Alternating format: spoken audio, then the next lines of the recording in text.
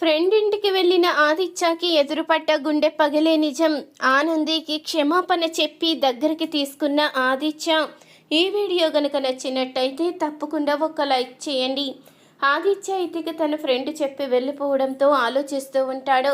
ఇప్పుడు నేను వ్రతానికి ఎలా వెళ్ళాలి? వాడితో నిజం చెప్పలేదు. ఇప్పుడు నేను గనక ఆనందిని తీసుకుని వెళ్ళకపోతే వాడు బాధపడతాడు. అలాగని ఆనందిని నా భార్యగా తీసుకుని వెళ్ళలేను.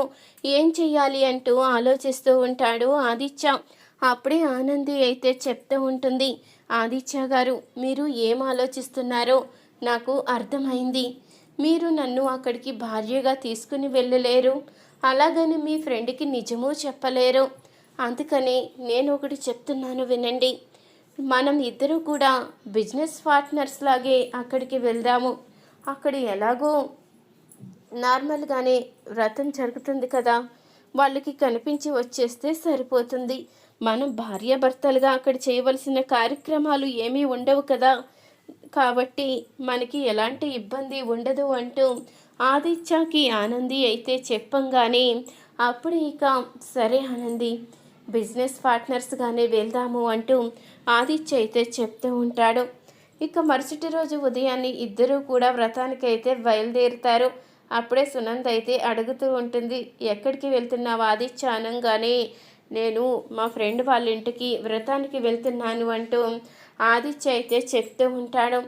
అప్పుడే సునంద అయితే అడుగుతుంది, అదేంట్రా వ్రతానికి భార్యాభర్త ఇద్దరూ కలిసి కదా వెళ్తారు, నువ్వు ఒక్కడు వెళ్తావు అని అడగంగానే నేను వాడికి నా గురించి అసలు ఏమీ చెప్పలేదు.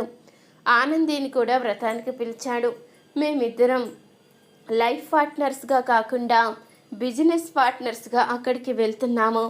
అప్పటికి ఎలాంటి ఇబ్బంది ఉండదు కదా అంటూ ఆదిత్య అనగానే, అదేంటి ఆదిత్య, నీ ఫ్రెండ్కి నిజం చెప్పలేకపోవడం ఏంటి? ఒక్కసారి ఫోన్ చేయి, నేను చెప్పేస్తాను. ఏం జరిగిందో అంతా నీ ఫ్రెండ్కి అర్థమయ్యేలా చేస్తాను.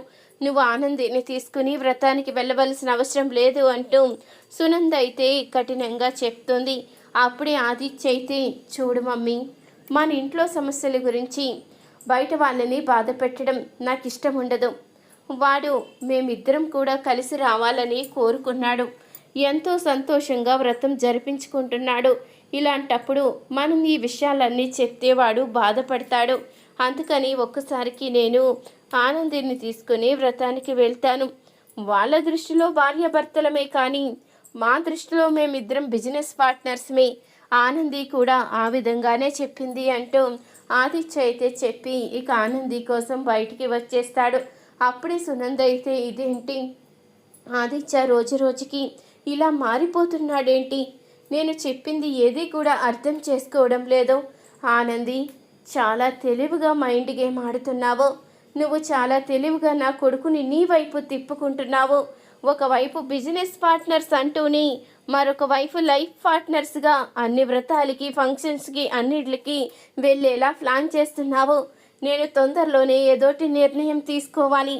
లేకపోతే మీ ఇద్దరు ఒకటైపోతే నేను నా కొడుకుని కాపాడుకోలేను.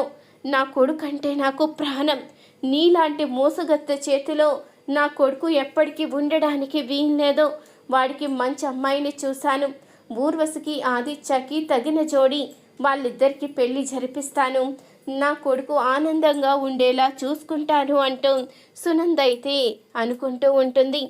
ఇంతలో ఆనంది, ఆదిత్య ఇద్దరూ కూడా వ్రతానికైతే వెళ్తారు. ఈ విషయం తెలుసుకున్న పద్మమ్మ, సింహాద్రి ఎంతగానో సంతోషపడిపోతూ ఉంటారు. ఇన్నావయ్యా, అల్లుడు గారు మన బిడ్డ కలిసి భార్యాభర్తలుగా వ్రతానికి వెళ్ళారంట. ఆ స్వామి దయతో వాళ్ళిద్దరూ ఒక్కటవుతే అంతకన్నా ఏం కావాలి? స్వామి, నా బిడ్డ అల్లుడు ఇద్దరూ ఒక్కటయ్యేలా చూడు స్వామి. నా అల్లుడు నా బిడ్డని అపార్థం చేసుకున్నాడు. వాళ్ళిద్దరి మధ్య ఉన్న అపార్థాలు తొలగేలా చేసి వాళ్ళిద్దరూ ఒక్కటయ్యేలా చూడు స్వామి అంటూ ఇక మొక్కుకుంటూ ఉంటుంది. పద్మమ్మ అయితే, నువ్వు కంగారు పడికే పద్దాలు, మన బిడ్డ ఖచ్చితంగా అనుకున్నది సాధిస్తుంది. తన జీవితంలో ఉన్న కష్టాలన్నీ పోయే రోజులు దగ్గర పడ్డాయి అంటూ ఇక సింహాద్రి కూడా చెప్తూ ఉంటాడు. ఇటువైపు అలేఖ్య కూడా తన మనసు మార్చుకునే అవకాశం ఉంది. తనని చూస్తున్నా, తన ప్రవర్తన చూస్తున్నా తనలో ఏదో మార్పు కనిపిస్తుంది అంటూ ఇక చెప్తూ ఉంటాడు సింహాద్రి అయితే. అవును మామ, నువ్వు చెప్పింది నిజమే, నీ పుణ్యమా అంటూ చిలకమ్మ మనసు మార్చుకుందని అనిపిస్తుంది. నాతో కొంచెం ప్రేమగానే మాట్లాడుతుంది. నిజంగానే మేమిద్దరం ఒకటవ్వకపోతే, తనకి సంతానం కలగకపోతే తను చనిపోతుంది అని అనుకుంటున్నట్టుంది. అందుకని నాతో కొంచెం ప్రేమగానే మాట్లాడుతుంది అంటూ ఇక చెప్తూ ఉంటాడు శ్రీను. ఇంతలో ఆనంది ఆదిత్య ఇద్దరూ కూడా కలిసి వ్రతానికి వెళ్ళేసరికి ఆదిత్య ఫ్రెండ్ అయితే చాలా సంతోషపడుతూ వాళ్ళనైతే లోపలికి ఆహ్వానిస్తాడు. ఇద్దరూ కూడా వ్రతంలో అయితే కూర్చుంటారు. ఇంతలో అక్కడికి రిపోర్టర్ అయితే వస్తాడు. మేడం, మీకోసమే ఫోన్ చేశాను మేడం, మీ ఫోన్ పనిచేయలేదు, అందుకని మీరు ఎలాగో ఇక్కడ కనిపించారు కదా, నిజం చెప్పాలి అనుకుంటున్నాను అంటూ అనగానే ఏంటి, ఏం నిజం చెప్పాలనుకుంటున్నారు కార్తిక్ గారు అని అడుగుతూ ఉంటుంది ఆనంది. ఇంతలో అప్పుడే ఆదిత్య అయితే వస్తాడు. సార్, మీరు కూడా వచ్చారా? అమ్మయ్య, నేను అనుకున్నది ఇప్పుడు ఆనందంగా చెప్పగలను. ఆ రోజు మీ ఇంటి పరువు పోవడానికి ఆనంది మేడంలా ఫోన్ చేసి మీ ఇంటి పరువు తీసింది ఎవరో కాదు సార్, మీ ఇంట్లో ఉన్న మీ తమ్ముడు భార్య జీవన గారే. ఆనంది మేడం చెప్పిన వెంటనే ఈ విషయాలన్నీ కనుక్కున్నాను. అంటే మనం ఏదైనా నింద వేసేటప్పుడు దానికి తగ్గ సాక్ష్యాలు ఉండాలి కాబట్టి ఆ వాయిస్ రికార్డింగ్ కూడా తెచ్చాను సార్, ఒక్కసారి ఈ వాయిస్ వినండి అంటూ ఇక రిపోర్టర్ అయితే తన దగ్గరున్న వాయిస్ని అయితే వినిపిస్తాడు. ఇక జీవన మాట విన్న ఆదిత్య అయితే ఒక్కసారిగా షాక్ అవుతాడు.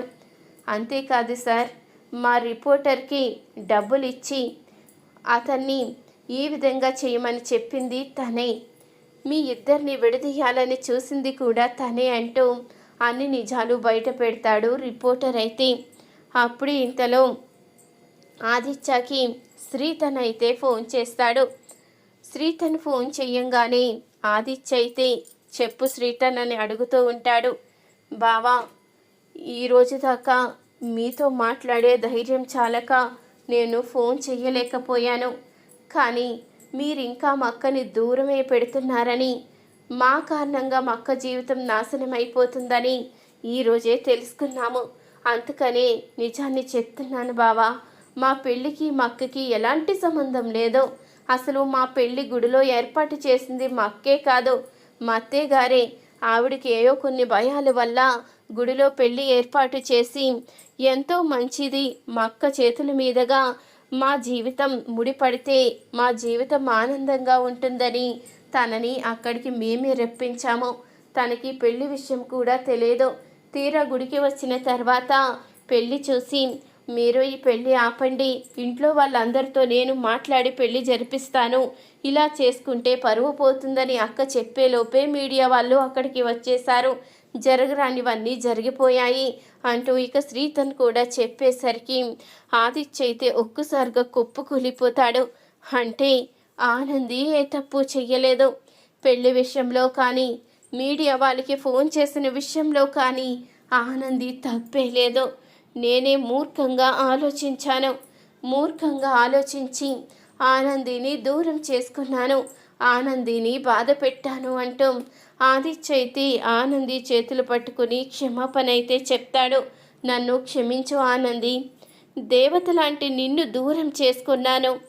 నేను అసలు నీ విషయంలో నమ్మకం లేకుండా ఇలా ఎలా ప్రవర్తించానో అర్థం కావడం లేదు. నువ్వు నా జీవితంలోకి రావడం నా అదృష్టమని ఎన్నోసార్లు మురిసిపోయాను.